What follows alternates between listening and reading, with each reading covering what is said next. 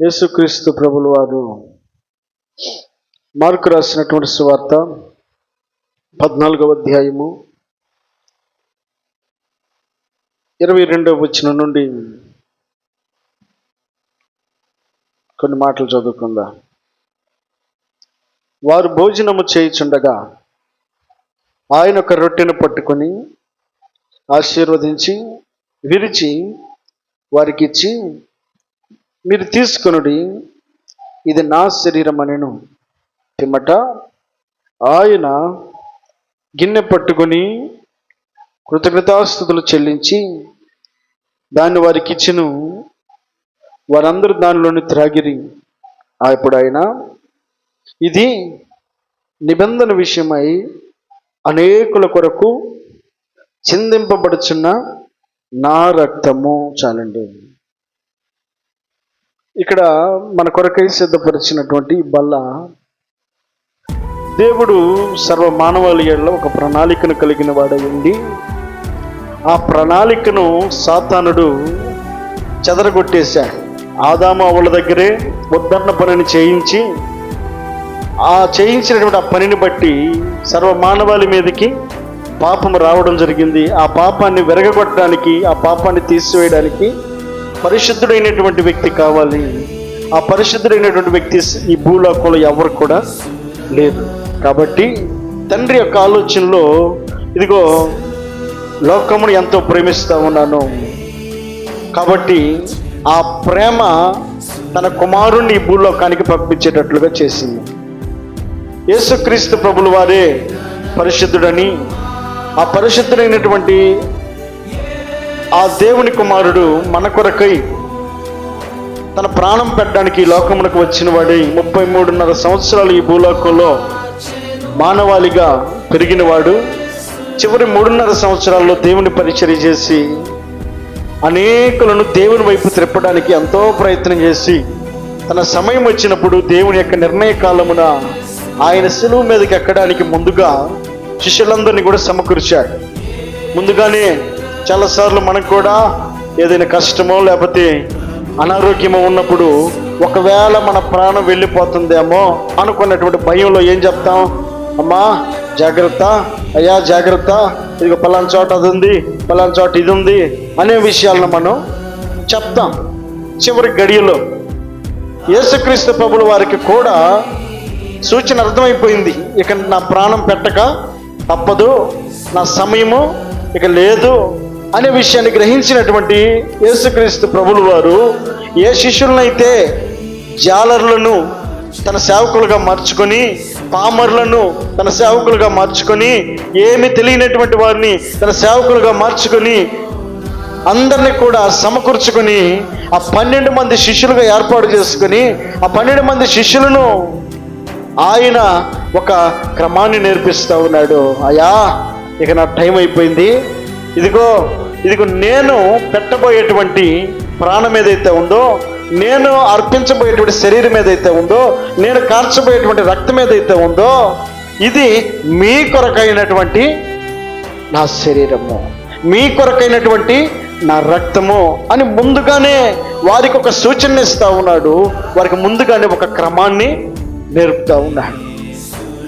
వారు ఆయన పోయిన తర్వాత కూడా ఈ క్రమాన్ని అనుసరించాలన్నట్లుగా ఆయన ముందుగానే వారికి ఒక చక్కటి ఉపదేశాన్ని చెప్తూ మాట్లాడుతున్నటువంటి మాట, ఇక తన శిష్యులను తన పక్కనే కూర్చోబెట్టుకుని ఆయన మాట్లాడుతున్నాడు. వారు భోజనము చేయుచుండగా ఆయన ఒక రొట్టెను పట్టుకొని, ఇదిగో ఇక్కడ రొట్టె ఏదైతే ఉందో, ఆనాడు యేసు ప్రభుల వారు ఆ రొట్టెను తీసుకొని దేనికోసం తీసుకున్నాడు? తన శరీరానికి సాదృశ్యంగా తీసుకున్నాడు. తన శరీరం అని మనం గ్రహించాలి. ఇది ఆయన శరీరం అని మనం భావించినటువంటి వారమై ఉండాలి. కాబట్టి అందుకే కొరింథీయులకు రాసిన పత్రికలో ఒక మాట రాయబడి ఉంది. ఏమని? కొరింథీయులకు రాసిన పత్రిక 11వ అధ్యాయము,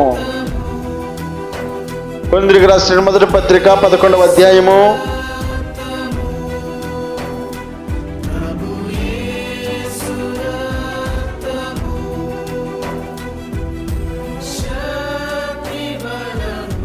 27వ వచనం.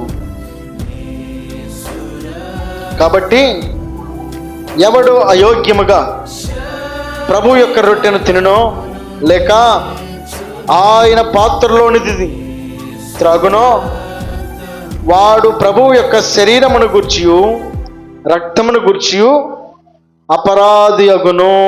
చాలండి. ఎలా తాగాలంటే దీన్ని 29వ వచనంలో,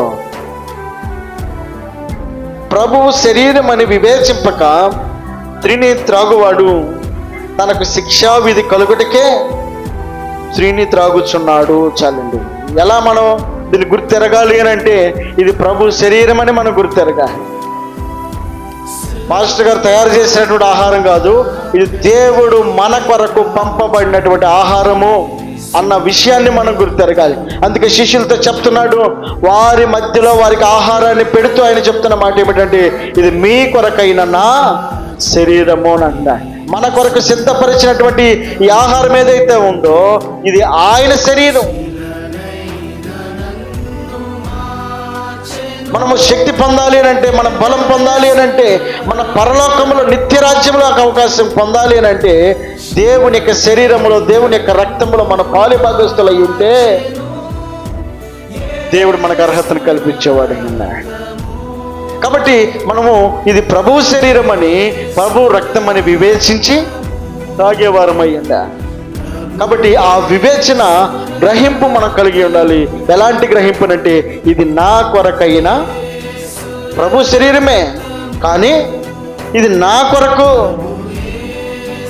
ఆయన నా కొరకు రక్తం చిందించాడు, ఆయన నా కొరకు తన ప్రాణాన్ని పెట్టాడన్న గ్రహింపును మనం కలిగి పరిశుద్ధతతో మనం తీసుకునే వారం అయ్యిందా. ఈ ఆహారము మనం తీసుకునే ఈ ఆహారము మనలను ఆత్మీయంగా బలపరుస్తుంది. ఆయన రాకడ వరకు మనల్ని సజీవులుగా నిలబెడుతుంది. కాబట్టి ప్రభువు శరీరం అని వివేచింపక తిని త్రాగువాడు తనకు శిక్షా విధి కలుగుటకే, అది ఏముందిలే అని అనుకుని తీసుకునేటువంటివి ఆహారం అయితే కాదు. ఇది ఆయన మన కొరకై పెట్టినటువంటి ప్రాణము, ఆయన మన కొరకై చిందించిన రక్తము అని గ్రహించినటువంటి ఆ గ్రహింపుతో మనం తీసుకోగలిగితే మనము జీవింపబడిన వ్యక్తులమై మనం ఆయన కొరకు జీవించే వ్యక్తులుగా మార్చబడతాం. కాబట్టి దేవుడు మన కొరకై సిద్ధపరిచినటువంటి ఆహారము ఇదిగోసం. మనము పాపులమై ఉండగా మనల్ని ప్రేమించిన దేవుడు, మనం శత్రువులమై ఉండగా మనల్ని ప్రేమించిన దేవుడు, మనము అపరాధులమై ఉండగా మనలను ప్రేమించిన దేవుడు. ఇది మన కొరకు మనలో ఉన్న యోగ్యతను బట్టి కాదు, కానీ మన పట్ల తన కృపను బట్టి మనకు ఆయన ఇచ్చినటువంటి ఆహారమై ఈ స్థలం ముందు ఉంచబడింది. కాబట్టి ఈ గొప్ప అవకాశము దేవుడు మనకిచ్చినందుకు దేవునికి స్తోత్రం చెల్లిద్దాం. హల్లెలూయా.